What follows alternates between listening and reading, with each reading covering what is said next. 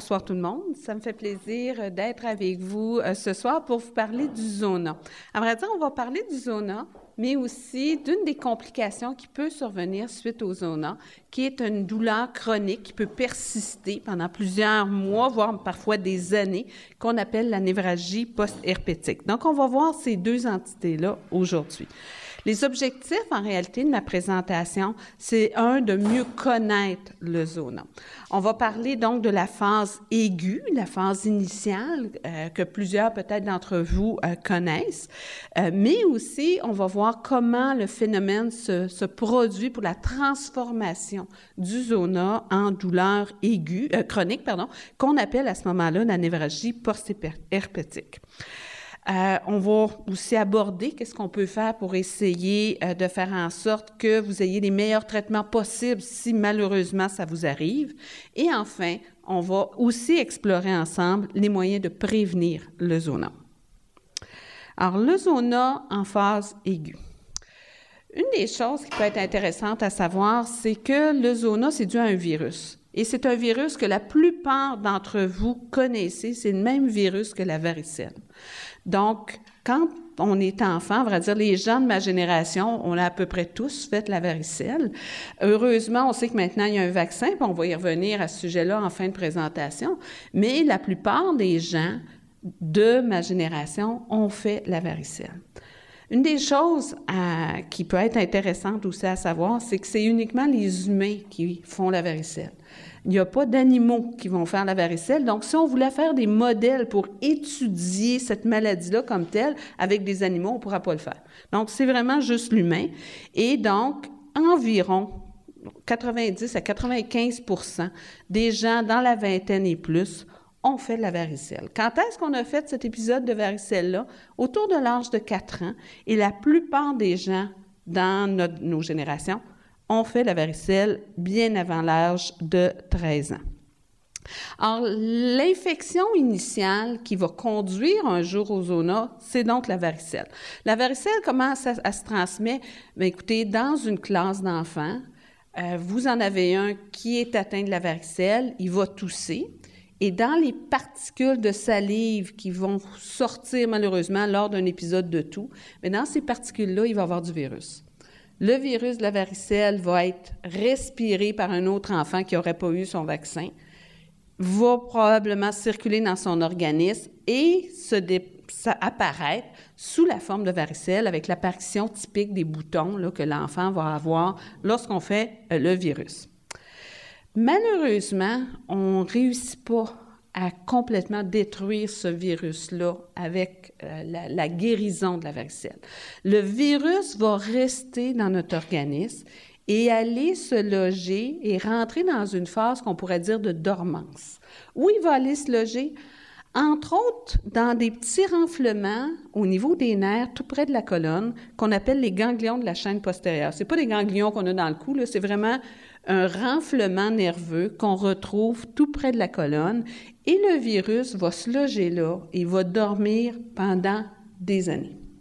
Alors, ça peut être au niveau de la colonne, mais on peut aussi même en retrouver au niveau du cerveau. Là, il y a un endroit où il peut réussir à aller se loger. On ne connaît pas toujours très bien pourquoi l'organisme n'essaiera pas de lutter puis de s'en débarrasser complètement, mais il réussit à éviter notre système immunitaire et il réussit comme ça à aller se loger puis aller dormir.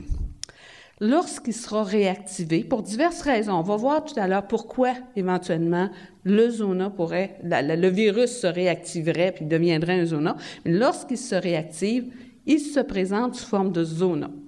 Le zona, on va voir des images tout à l'heure, c'est habituellement des boutons qui vont apparaître, mais dans un territoire donné. Ça va être une seule région. Contrairement à la varicelle chez l'enfant où tout le corps peut être couvert de boutons, là, on va avoir vraiment une zone particulière qui va être atteinte.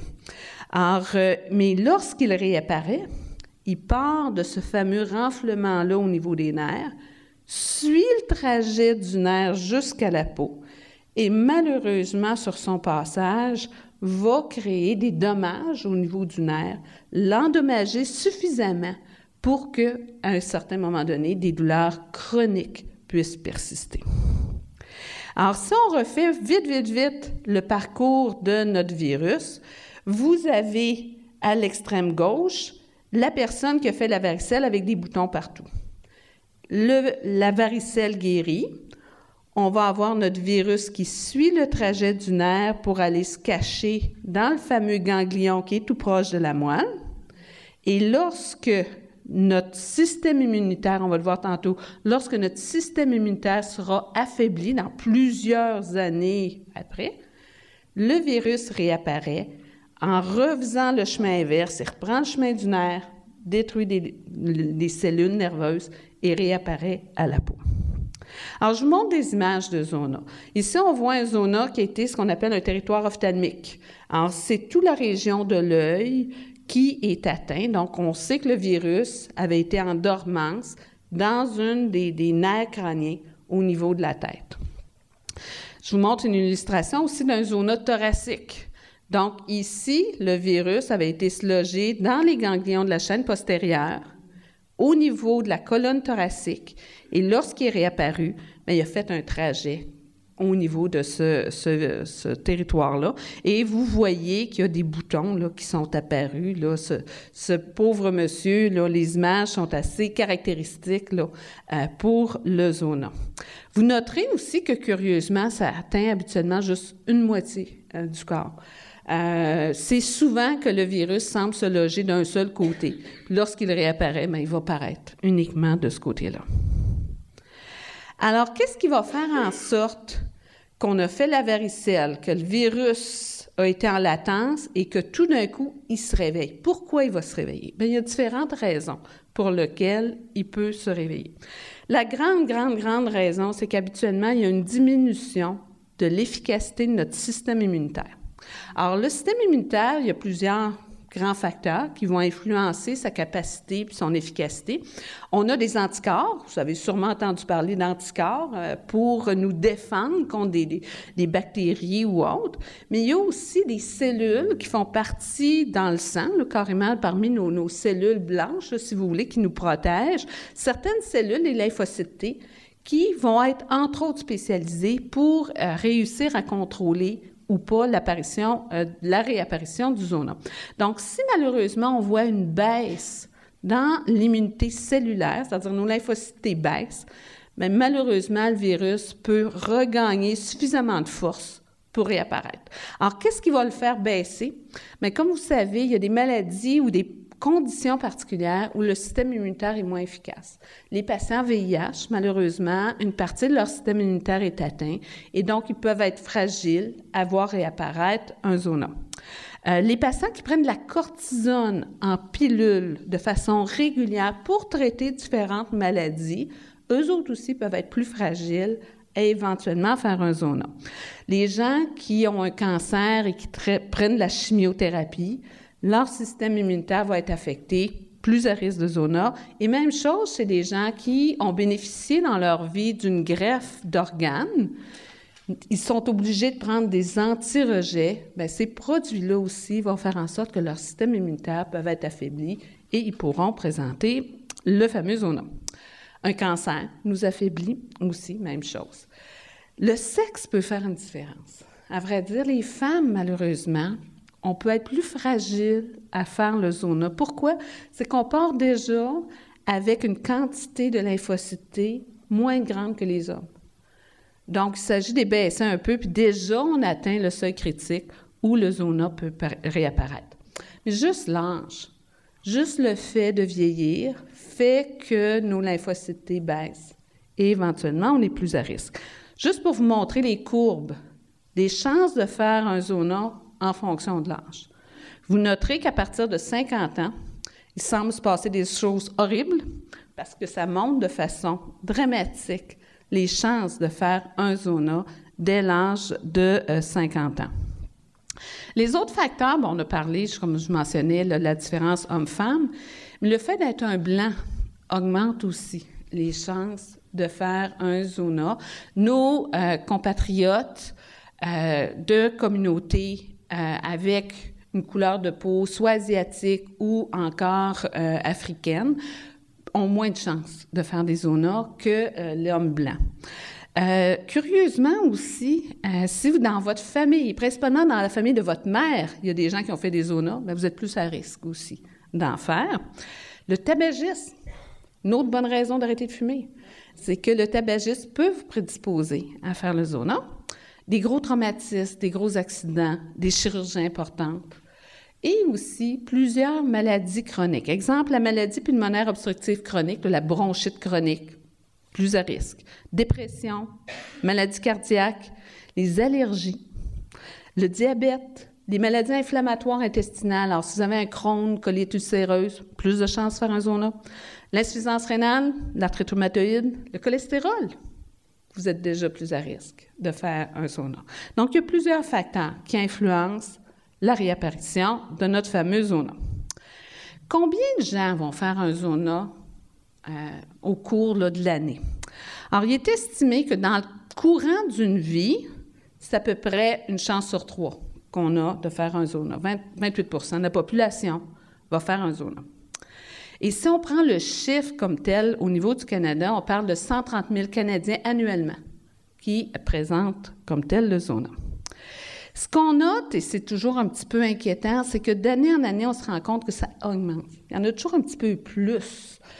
C'est sûr qu'on sait que la population, si on faisait la moyenne d'âge de la population, on dit que la population est vieillissante. C'est-à-dire que le groupe d'âge, on a moins de jeunes, puis nos aînés vivent beaucoup plus longtemps. Donc, le groupe d'âge en moyenne est de plus en plus élevé. Donc, ça peut expliquer une partie des phénomènes, mais ça n'explique pas tout. Il y a vraiment d'autres facteurs, puis on ne les explique pas tous, ces facteurs-là, mais on sait qu'il y a d'autres facteurs qui vont faire en sorte qu'on augmente nos risques, malheureusement, de faire le zona. Alors, au niveau clinique, comment ça se présente?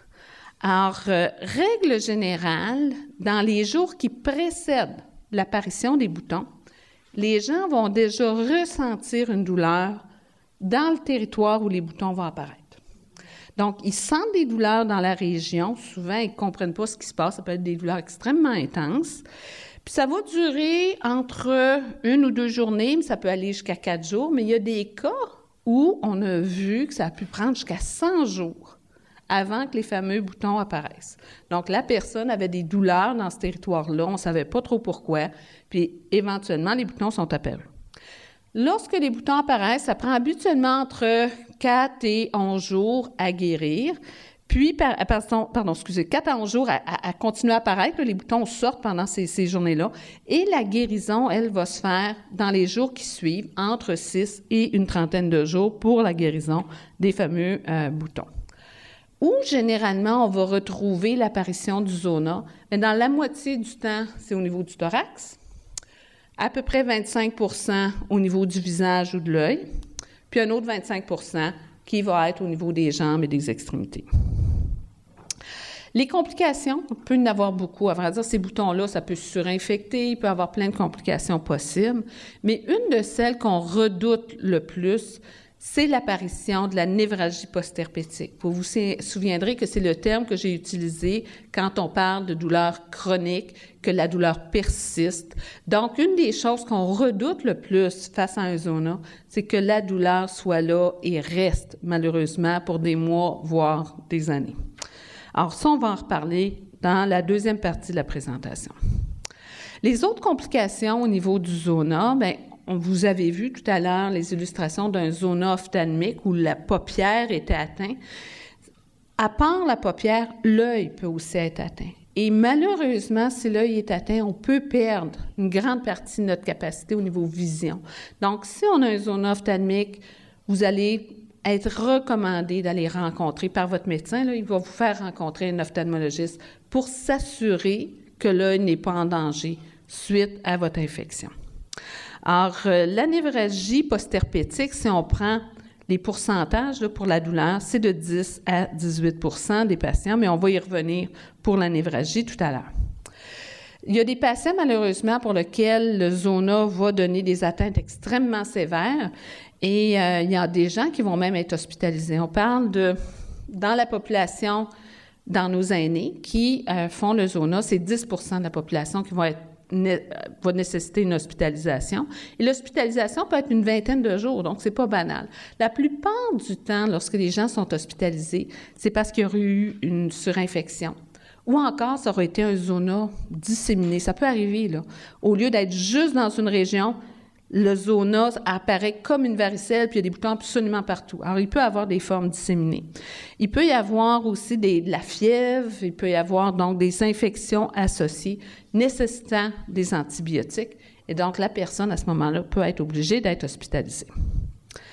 Alors, qu'est-ce qui peut être donné comme traitement aux patients? Alors, on parle à ce moment-là, pour le traitement du zona, on parle d'antiviraux. On va dire, vous connaissez les antibiotiques qui servent pour les bactéries. Bien, les antiviraux sont des produits, des médicaments pour traiter spécifiquement les infections virales. Puis on se souvient que notre zona, bien, c'est dû à un virus, le virus de la varicelle. Donc, les antiviraux peuvent aider. À présent, on a une importance de traiter rapidement. Si on veut avoir un effet pour être capable de ralentir la progression de la maladie, il faut les donner, ces fameux antiviraux-là, dans les 72 heures qui suivent l'apparition des boutons.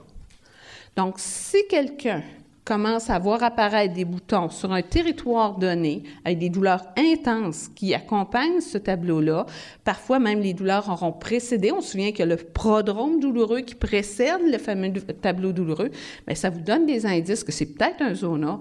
Il faut consulter. Vous avez 3 jours pour pouvoir réussir à voir un médecin et avoir votre prescription d'antiviraux. Donc, c'est important de consulter rapidement à ce moment-là.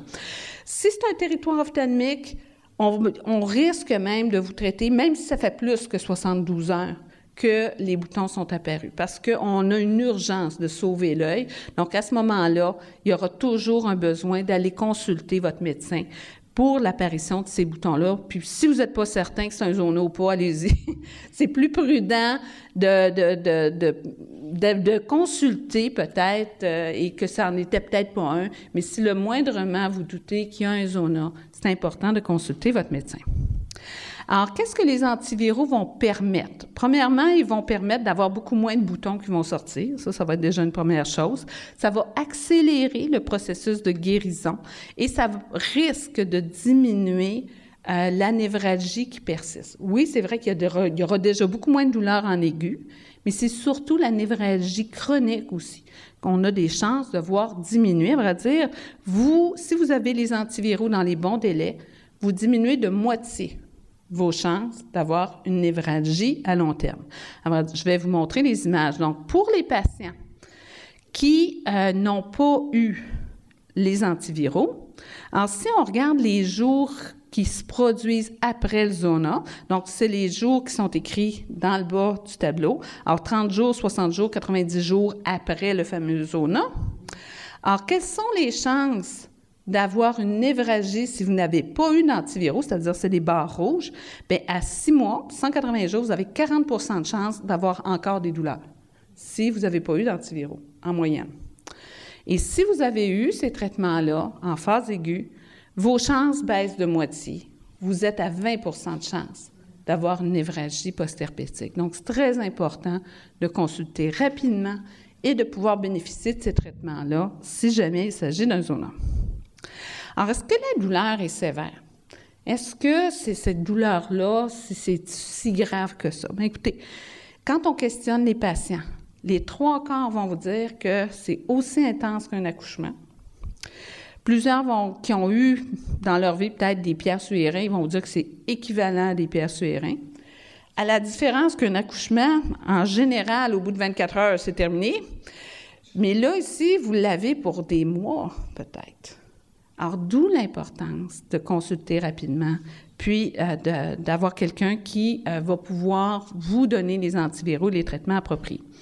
Ça affecte malheureusement profondément la vie des patients, principalement si ça devient chronique. Donc, si la douleur persiste, ça peut être malheureusement extrêmement handicapant. Ces douleurs-là peuvent être à ce point intenses que des patients qui sont absolument incapables de porter des vêtements parce que ça frotte sur la peau, là. Puis la peau le fait tellement mal qu'ils ne sont pas capables de porter blouse, chemisier, brassière ou autre parce que c'est trop, trop douloureux. Alors, l'intensité de la douleur, justement, si on les prend dans la phase prodrome, c'est-à-dire dans les phases avant que les boutons apparaissent. Alors, quand on demande aux gens sur la fameuse échelle de 0 à 10, c'est à peu près quoi votre douleur? Bien, on parle d'à peu près 6. C'est quand même assez intense sur l'échelle de 0 à 10 dans la phase qui précède l'apparition des boutons. Lorsque les boutons sont présents, l'échelle augmente un peu plus, on parle de 6,3. Puis par après, oui, ça baisse. Mais il demeure que si ça persiste pendant des mois, des années, ça aura beau être 4 sur 10, ça peut être une douleur qui sera à ce point handicapant que vous aurez malheureusement beaucoup de facteurs pour que vous ne sortirez pas, puis vous risquez d'être déprimé parce que la douleur va être là quotidiennement. Alors, en phase aiguë, donc pour notre zona, il va y avoir de la douleur au niveau de la peau, mais il va y avoir aussi de la douleur au niveau du nerf lui-même qui aura été endommagé. On aura donc différents types de traitements pour soulager les deux. Et le nerf endommagé peut se mettre à produire des décharges anormales, des chocs électriques, des sensations de brûlure qui vont être extrêmement pénibles pour le patient. Alors, quel type de traitement on va offrir à notre patient en phase aiguë? Bien, il y a des médicaments qui sont de la famille de la morphine, les opiacés, qu'on peut offrir pour réussir à casser cette douleur-là qui est extrêmement intense initialement. Il y a des anti-inflammatoires parce que la peau va être atteinte, mais les anti-inflammatoires vont fonctionner habituellement juste dans la phase aiguë. Quand on va parler de la névralgie post-herpétique, lorsqu'on va être rendu en douleur chronique, les anti-inflammatoires habituellement ne fonctionneront plus. En phase aiguë, on peut essayer ce qu'on appelle les antidépresseurs et les anticonvulsivants.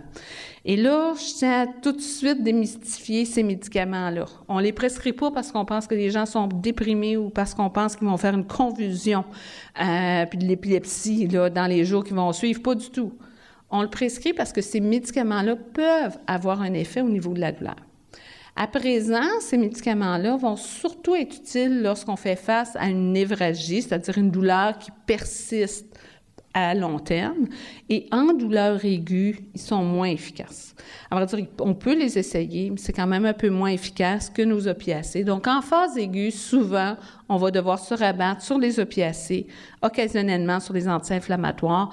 Nos antidépresseurs, anticonvulsivants peuvent être moins efficaces. Et quand on va arriver en phase chronique, curieusement, on va le voir tout à l'heure, c'est l'inverse qui va se produire. On va carrément changer les propositions de médicaments qu'on va offrir aux patients comme tels. Alors, dans le traitement de la douleur aiguë, il peut arriver aussi qu'on propose à des patients des infiltrations.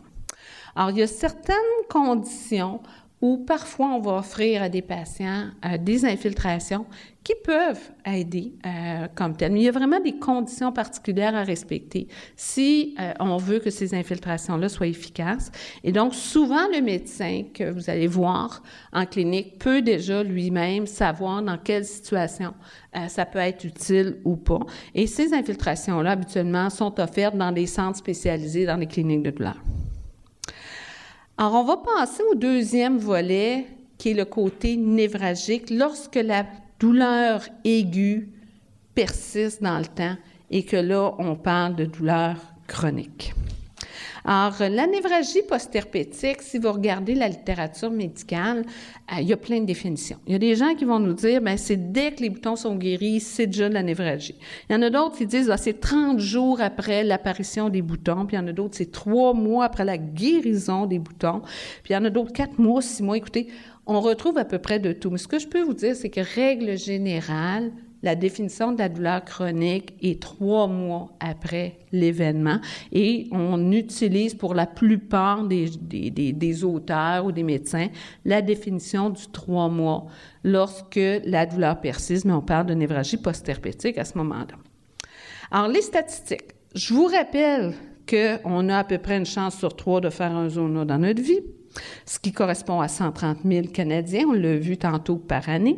Alors, combien de ces gens-là vont faire une névralgie? C'est 15 % à peu près. La moyenne est à 15 % Alors, c'est à peu près 20 000 Canadiens par année qui vont le faire.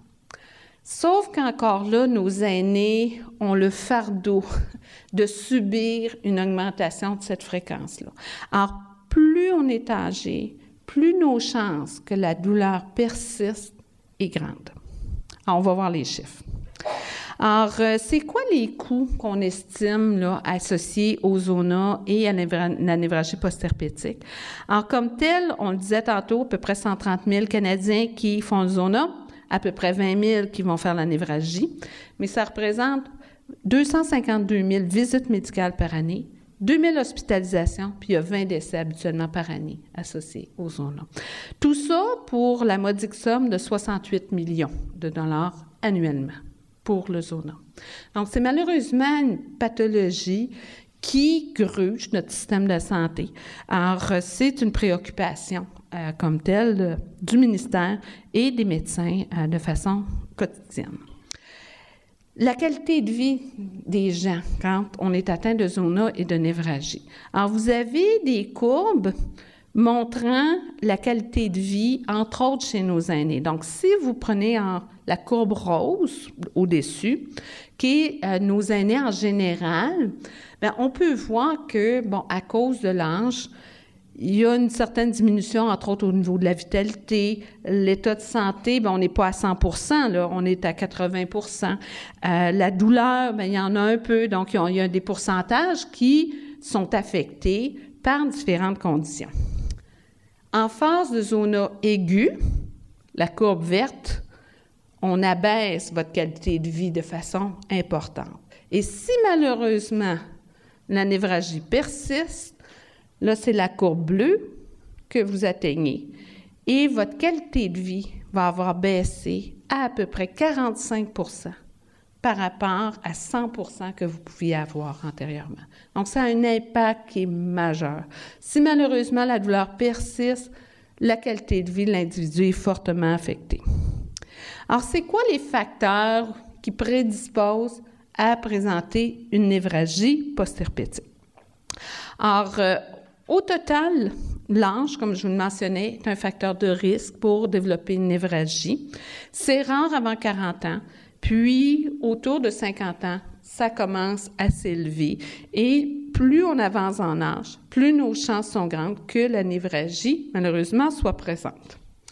Les autres facteurs de risque, c'est que si vous avez fait votre zona au niveau thoracique ou si vous avez fait un zona ophtalmique, vous avez plus de chances aussi d'avoir une névralgie qui va se présenter. Alors ça, c'est juste pour vous montrer les courbes en fonction de l'âge. Donc, vous noterez qu'à partir de 50-60 ans, les risques d'avoir une névralgie qui persiste augmentent rapidement.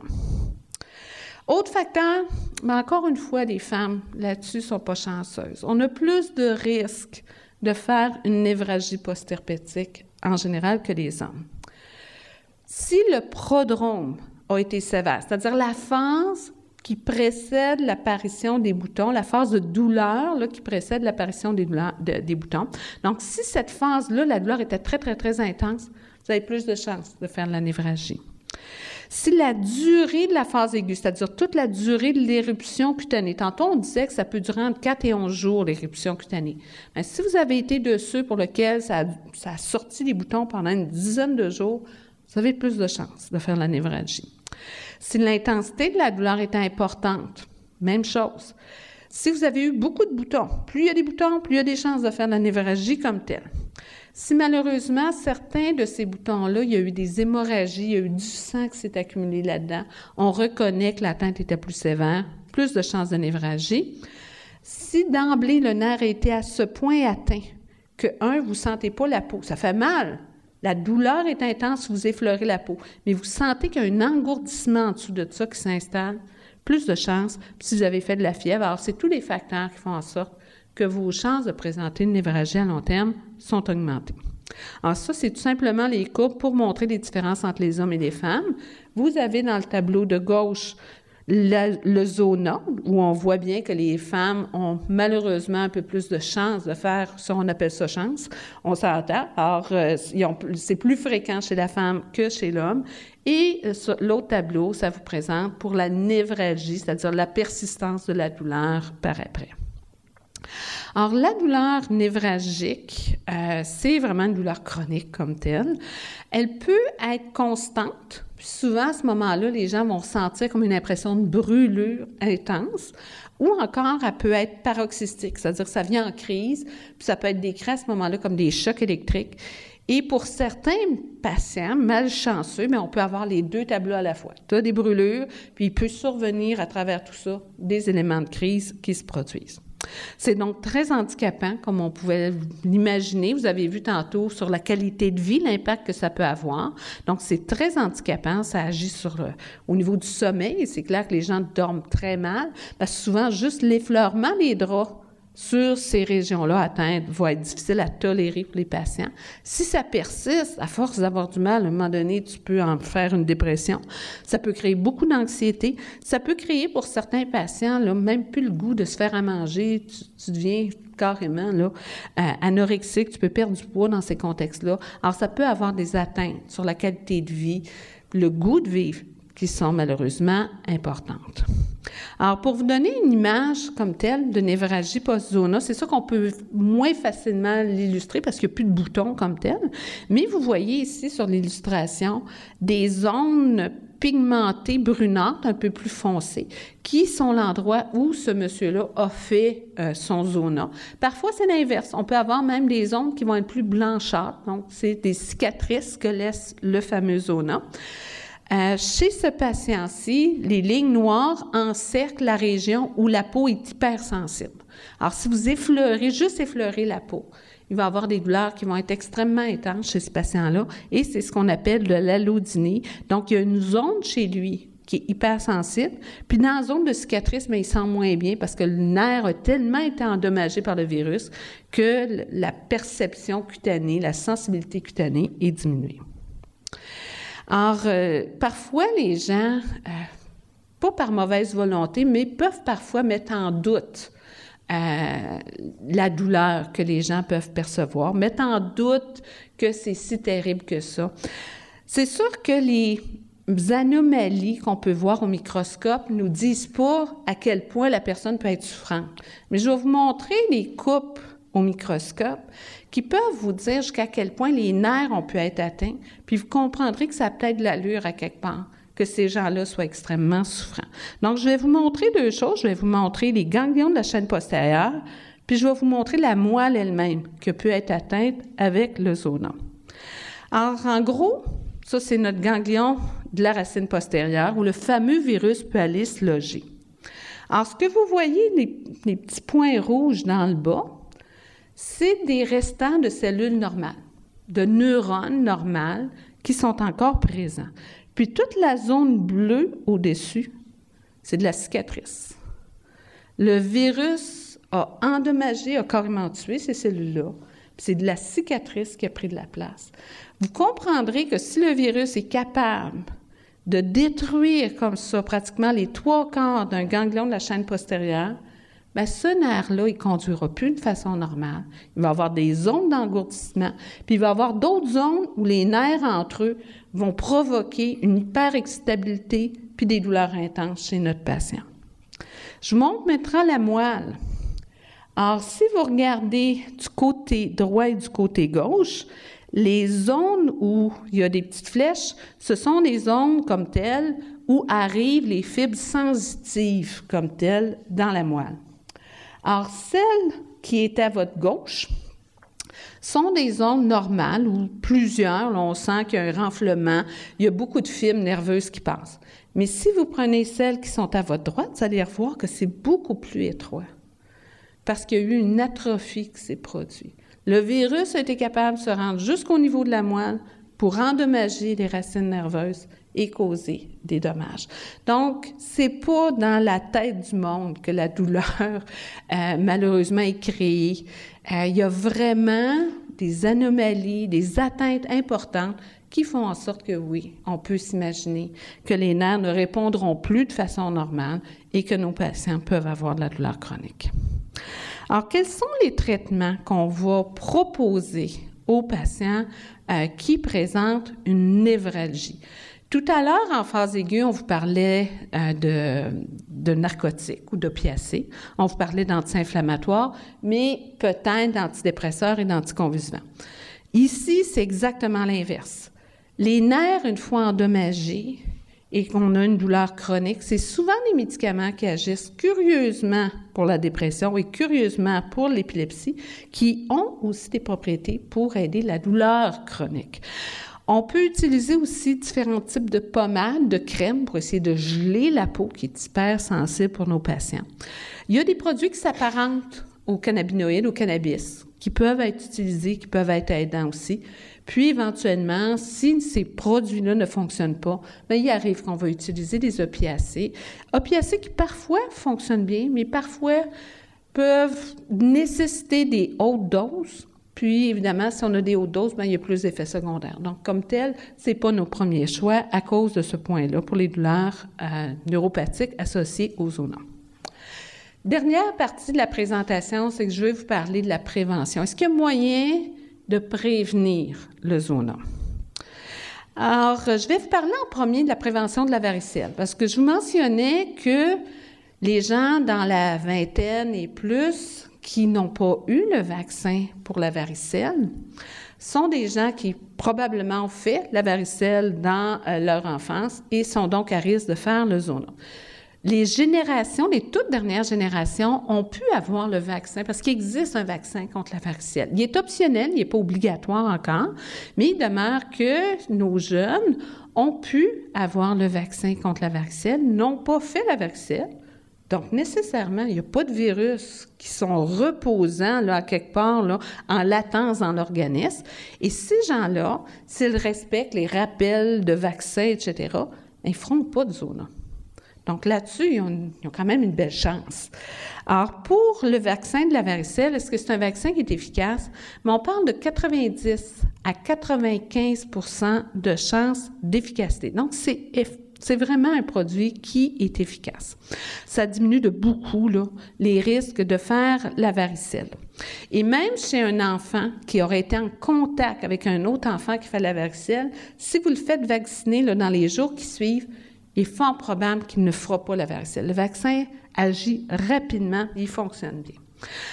Pour ceux, les quelques-uns qui finiraient par faire une varicelle malgré tout, habituellement, c'est des varicelles qui vont être beaucoup, beaucoup moins intenses. C'est-à-dire, il y a moins de chances d'hospitalisation, il y a beaucoup moins de mortalité, elle est beaucoup moins importante. Donc, comme tel, le vaccin leur aura donné une certaine protection. On ne va pas empêcher complètement la varicelle d'apparaître, mais règle générale, c'est un vaccin qui est efficace. Donc, les gens se sont posé la question à dire, bien, écoutez, si ça fonctionne pour la varicelle, est-ce qu'on ne pourrait pas donner le même vaccin à la population pour stimuler leur système immunitaire, parce qu'on sait qu'avec le temps, il baisse, mais si on le stimulait à un certain moment donné, est-ce qu'on ne pourrait pas faire en sorte qu'on va prévenir l'apparition du zona? Donc, je vais vous montrer une étude où on a spécifiquement évalué ce point-là. Alors, c'est une très, très grosse étude qui a été publiée dans le New England Journal of Medicine. Ça fait déjà quelques années, ça a été publié en 2005. Et c'est une étude qui ciblait les vétérans. À vrai dire, on a recruté des vétérans américains. À vrai dire, je crois que les vétérans américains sont toujours volontaires toute leur vie.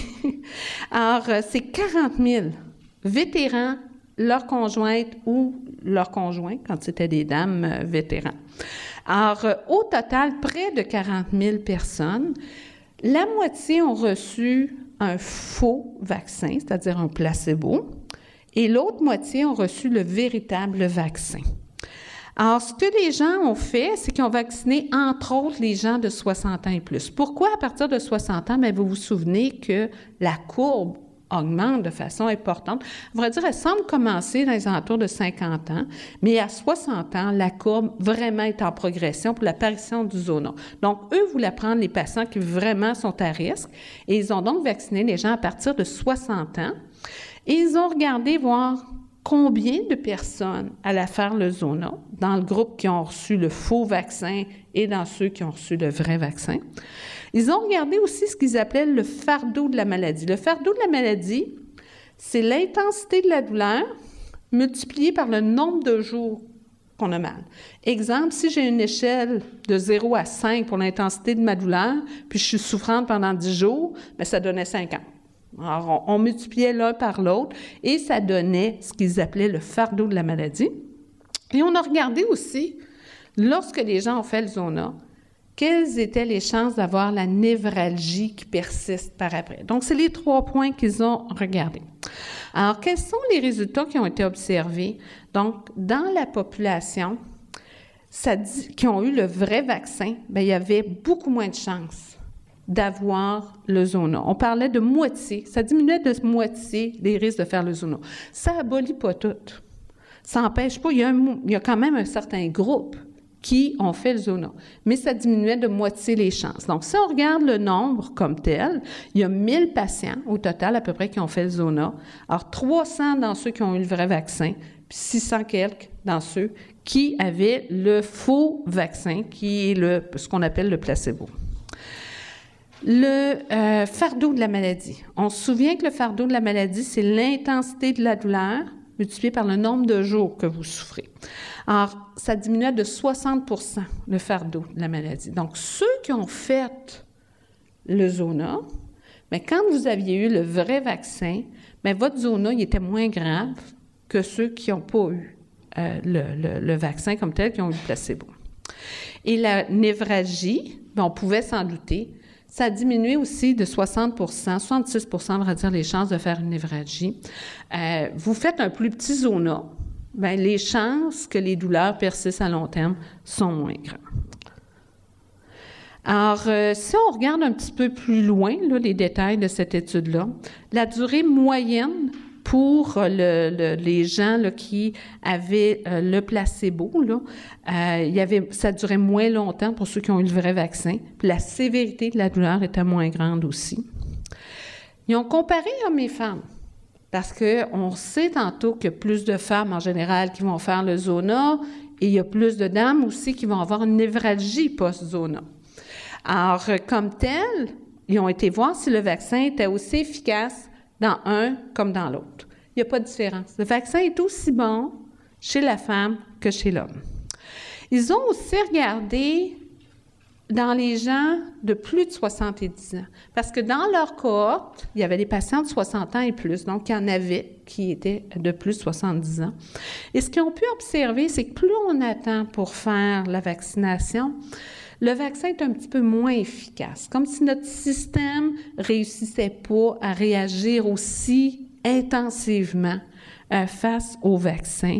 Et donc, les gens se posaient la question, entre autres, à juste titre, sur à quel moment on devrait faire cette fameuse vaccination-là.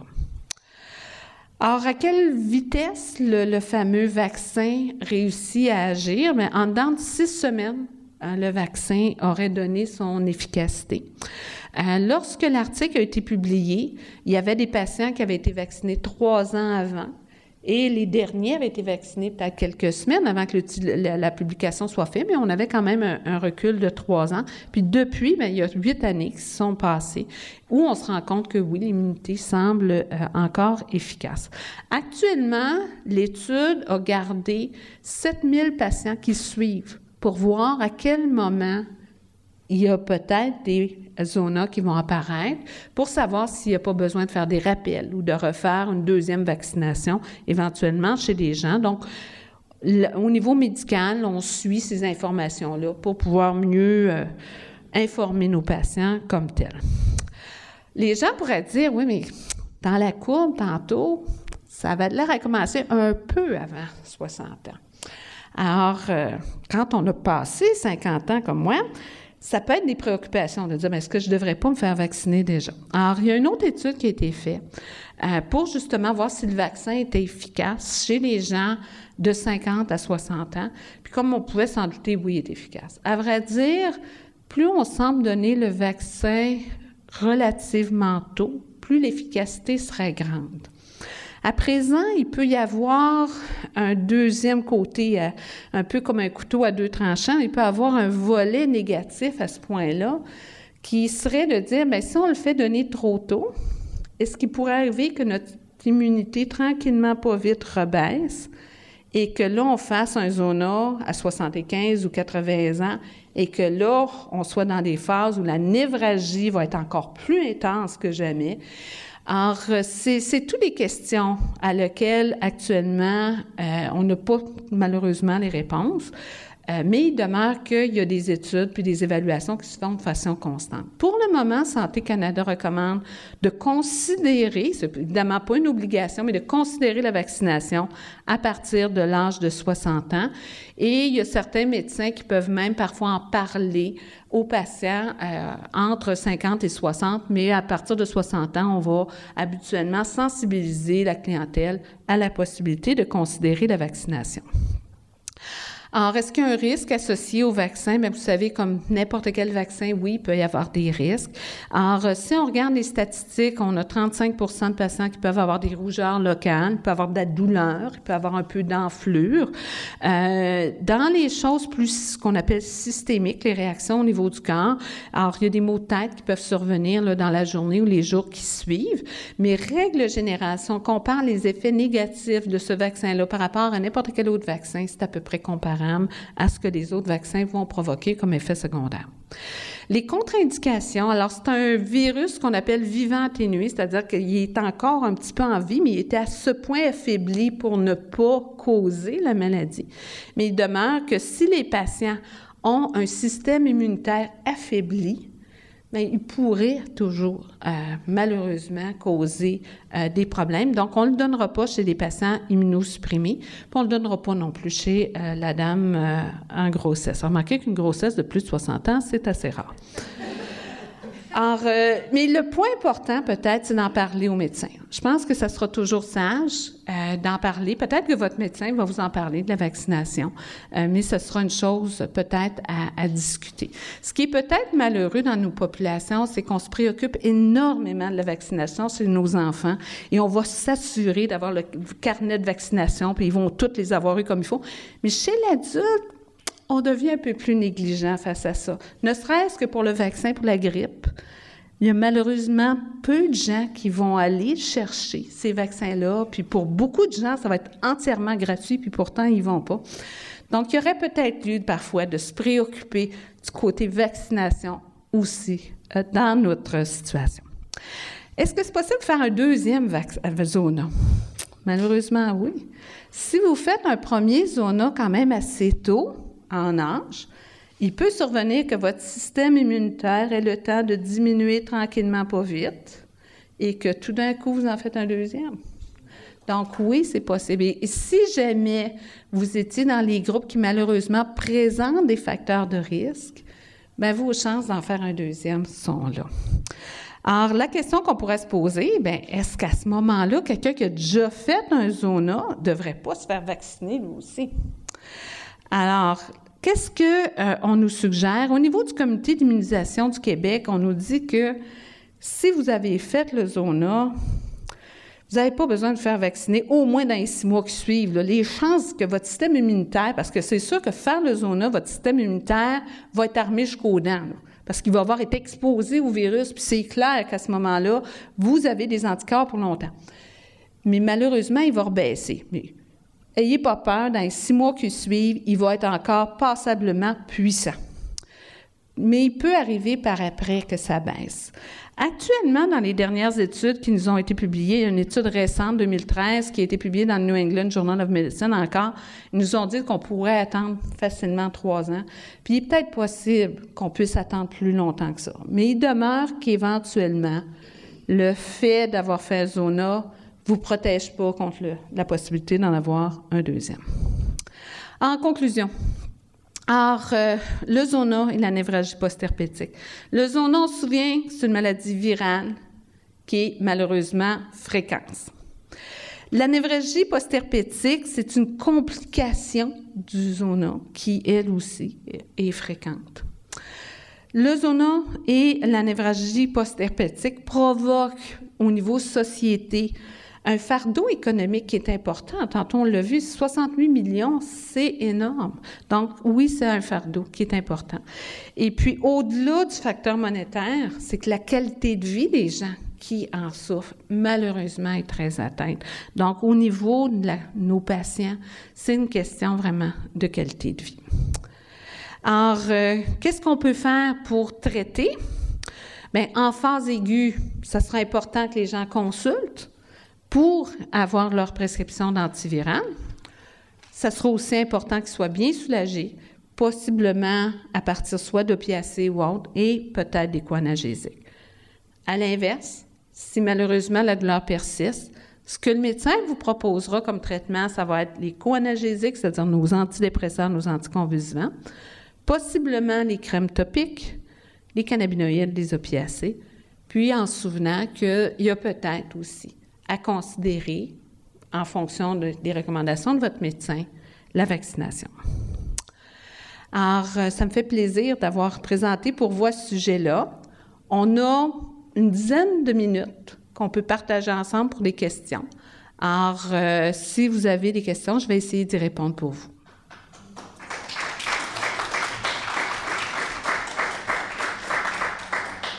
Au niveau de l'allodynie qui va être présente suite à la zona post-herpétique, est-ce que les traitements de réadaptation peuvent être indiqués pour ça ou pour la douleur chronique en général qui va persister? Mais est-ce que la rééducation sensitive, ça va être pertinent ou est-ce que ça fonctionne peu avec cette clientèle-là? Au niveau de l'allodynie, il peut y avoir des techniques de désensibilisation qui peuvent être tentées. Donc, ce sont des approches qui vont être faites en réadaptation où progressivement, on va essayer de toucher, d'effleurer la peau, puis après ça, tranquillement, pas vite, on utilise des tissus qui sont de plus en plus rudes pour essayer de faire disparaître cette sensibilité-là. Ça peut être utile de le tenter, ça fonctionne pas toujours, mais on peut l'essayer. Il y a aussi des petits appareils qu'on appelle les appareils de TENS, qui sont des appareils qui permettent une petite stimulation électrique qui est extrêmement légère, mais qui peut faire en sorte que ça va venir ralentir la transmission douloureuse et qui peut aider certains patients. Donc oui, il peut y avoir des approches en réadaptation qui peuvent être tentées. C'est pas toujours aussi efficace qu'on le voudrait, parce qu'on a vu les images, c'est pas juste le nerf périphérique, c'est pas juste en région, ça peut même se passer au niveau de la moelle, puis on n'est pas toujours capable d'aller à ce niveau-là, moduler la douleur. Mais oui, il y a des approches qui peuvent être tentées. Donc, ma question, vous aviez parlé de varicelle tout à l'heure.